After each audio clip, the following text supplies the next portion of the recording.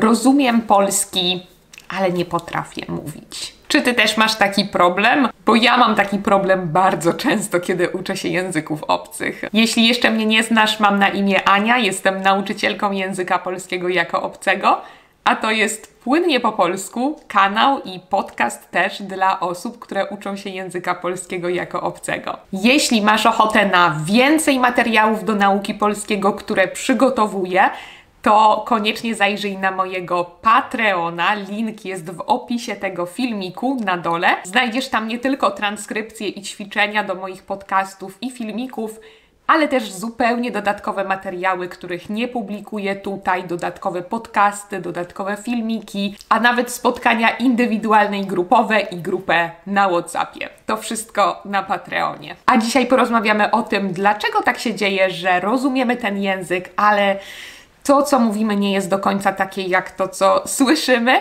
i co możemy robić, żeby polepszyć nasze mówienie. Kiedy uczymy się języka obcego sami, naturalnie, czyli nie w szkole językowej, nie w jakiejkolwiek szkole, ale sami, to naturalnym odruchem jest to, że na początku dużo słuchamy. Uczymy się tak, jak uczą się dzieci. One też mają na początku duży input, dużo słuchają w danym języku i niczego nie mówią, mimo że wiecie, że rozumieją Was. W moim przypadku też tak jest, kiedy uczę się danego języka, że najpierw chcę rozumieć native speakerów, chcę rozumieć te konstrukcje, żeby potem móc je powtarzać. Czasem słyszę od różnych osób, że okej, ale słuchasz czegoś, czego w ogóle nie rozumiesz. I tak, to prawda, słucham czegoś, czego w ogóle nie rozumiem na początku, ale potem z czasem zaczynasz rozumieć mimowolnie. I tak jest na początku nauki języka i na początku nauki języka jest to normalne. Rozumiemy, ale nie mówimy jeszcze, albo nie mówimy dużo. Ale zdarza się, i mi też się zdarza, więc nie oceniam nikogo absolutnie, że na wyższych poziomach, kiedy już naprawdę rozumiemy praktycznie wszystko, czego słuchamy, wciąż mamy ten problem, że nie mówimy zbyt dobrze. I tutaj niestety często wynika to już z naszego lenistwa. Oczywiście zwykle potrafimy coś tam powiedzieć, bo bardzo dużo słuchaliśmy, ale ten rozstrzał między tym, co możemy zrozumieć, a tym, co możemy powiedzieć, jest ogromny. W naszym mózgu nie ma żadnych gotowych zwrotów i nie ma też takich słów od razu, które przychodzą nam do głowy, więc przychodzą nam one z o wiele większą trudnością. Nie wiem, czy interesujecie się tym trochę, jak działa nasz mózg. Ja się tym dosyć interesuję i pamiętajcie, że kiedy uczycie się języka, to głównie odpowiadają za to dwa ośrodki, które są w naszej lewej półkuli mózgu. Ośrodek Brocka odpowiada za mowę, a ośrodek Wernickiego właśnie za rozumienie. Co ciekawe, ten ośrodek Wernickiego jest połączony z korą słuchową w naszym mózgu, a to znaczy, że kiedy słuchamy, to zaczynamy rozumieć właśnie tak, jak Wam to powiedziałam wcześniej. Nie jest jednak tak, że kiedy coś słyszymy i rozumiemy, to możemy od razu używać tego w mowie. Te ośrodki to są dwa różne ośrodki, więc żeby nauczyć się mówić jakieś słowo i faktycznie je z siebie produkować, musimy je powtórzyć. Najlepiej powtórzyć na głos, używać tego. Poza tym, jeśli chcecie lepiej uczyć się języka, skuteczniej uczyć się języka, to warto dbać o tą synchronizację między dwiema półkulami. Tak jak Wam powiedziałam, te ośrodki są w lewej półkuli mózgu i to głównie lewa półkula mózgu odpowiada za język. Jednak kiedy będziecie ćwiczyć synchronizację między półkulami, to poprawi to Waszą koncentrację i Waszą pamięć i dzięki temu te wszystkie informacje będą szybciej między sobą przebiegały. Jak ćwiczyć taką synchronizację?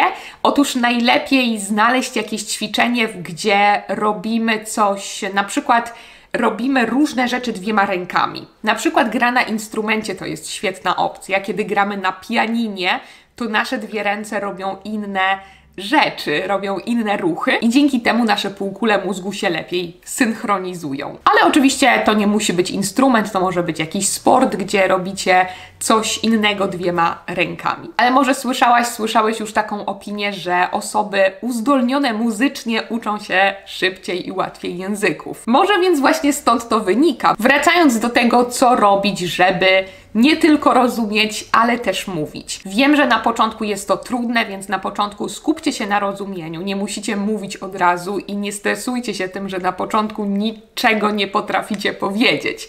To jest normalne. Natomiast kiedy już zaczynacie rozumieć, to dobrze też zacząć mówić. Na początku będzie to bardzo zniechęcające, bardzo nieprzyjemne, szczególnie kiedy już jesteśmy dorośli i zdajemy sobie sprawę z tego, że ktoś może myśleć, że jesteśmy po prostu głupi, bo nie potrafimy sklecić normalnego zdania, jednego zdania. Ale spokojnie, pamiętajcie, że to nie jest wasz pierwszy język, to jest wasz kolejny język, którego się uczycie i to jest zupełnie normalne i powinniście być z siebie dumni. Jakie są moje rady, żeby mówić, kiedy już rozumiecie, kiedy nie mówicie albo mówicie, ale w niezbyt satysfakcjonujący sposób? Po pierwsze, znajdźcie sobie jakiegoś partnera językowego, żeby po prostu mówić cały czas. To nie musi być nauczyciel, to może być nauczyciel, ale taki nauczyciel, który jest waszym przyjacielem. To jest bardzo ważne, żeby mieć taki bezpośredni kontakt z kimś, żeby mieć ochotę z tą osobą rozmawiać na takie zupełnie codzienne, życiowe tematy. Bardzo dobrze sprawdza się też wysyłanie do siebie na przykład wiadomości głosowych.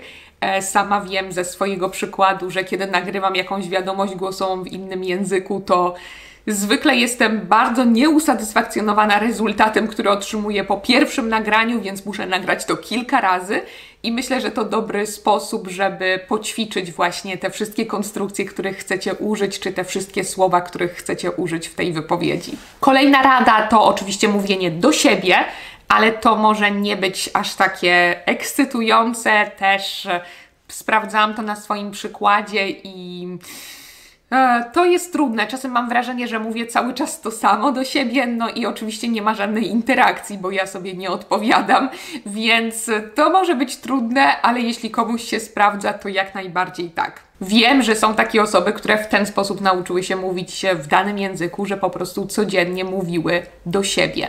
I to na pewno pomaga, ale tak jak mówię, miałam wrażenie, że cały czas mówię to samo, po prostu jaka jest pogoda, jak tam mój dzień i nikt nie pyta mnie o nic. Nikt też mnie nie poprawia. Kolejna bardzo ważna rzecz, jeśli już rozumiecie, ale jeszcze nie mówicie dobrze i boicie się może mówić, macie jakąś blokadę, to piszcie.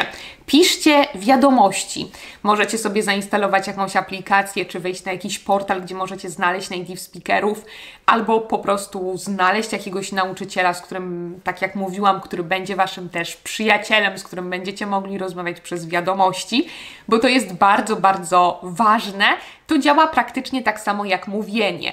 Jeśli będziecie pisać krótkie wiadomości, które będą wyglądały jak normalny język mówiony, to dzięki temu będziecie mogli też potem używać tego w mówieniu. To bardzo, bardzo pomaga. A przy tym nie jest takie stresujące jak mówienie, bo kiedy piszecie, to możecie wszystko sprawdzić. Kiedy słuchacie i już rozumiecie, to analizujcie ten tekst, którego słuchacie. Dzięki temu będziecie mogli potem używać tych struktur, które wasz mózg przeanalizował.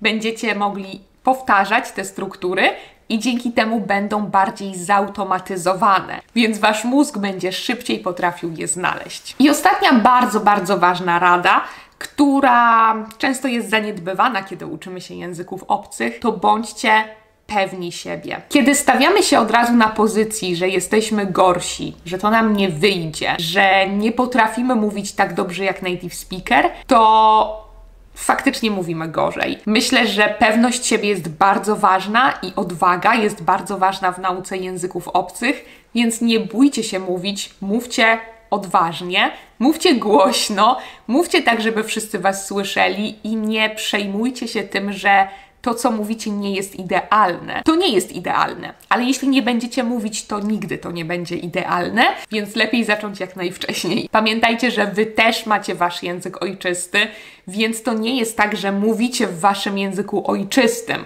Mówicie w kolejnym języku i powinniście być dumni z siebie, z tego, że mówicie tak, jak mówicie. Nawet jeśli jest to tylko kilka słów, to jest to już naprawdę super, bo widać, że robicie coś i czegoś się uczycie. Uważajcie na ten moment, kiedy będziecie już rozumieć język i będziecie mieć wrażenie, że ten język stał się nudny, bo go rozumiecie. Wtedy przejdźcie do tych aktywnych czynności, do mówienia, do pisania, do poznawania ludzi. Róbcie coś z tym językiem aktywnego, bo faktycznie, kiedy już rozumiemy język, to możemy mieć takie wrażenie, i mówię też ze swojego doświadczenia, że nie mamy już co robić w tym języku. Poza tym, kiedy rozumiemy wszystko, to mamy wrażenie, że potrafimy też mówić, mimo że to nieprawda czasem, i trochę szybko się zniechęcamy, przechodzimy do kolejnego języka, który jest bardziej fascynujący, egzotyczny, bo niczego w nim nie rozumiemy. Więc bardzo łatwo utknąć na tym poziomie, gdzie rozumiemy, ale nie mówimy. Koniecznie dajcie mi znać w komentarzach, jakie są Wasze rady, żeby mówić w języku, kiedy rozumiemy już, ale jeszcze nie potrafimy zbyt dobrze mówić. Jestem bardzo, bardzo ciekawa, czy Wy macie jakieś rady, o których nie pomyślałam. Przypominam Wam o Patreonie, jeśli macie ochotę tam zajrzeć, to link jest w opisie do tego filmiku. I przy okazji bardzo, bardzo dziękuję tym osobom, które już tam są, które tworzą razem ze mną tę polską społeczność i które wspierają mój projekt, bo to jest bardzo ważne dla mnie i bardzo ważne dla tego kanału, żeby się rozwijał, więc dziękuję Wam za to bardzo i dziękuję wszystkim za obejrzenie tego filmiku. Do zobaczenia w kolejnych filmikach i do usłyszenia w kolejnych podcastach. Trzymajcie się, pa pa!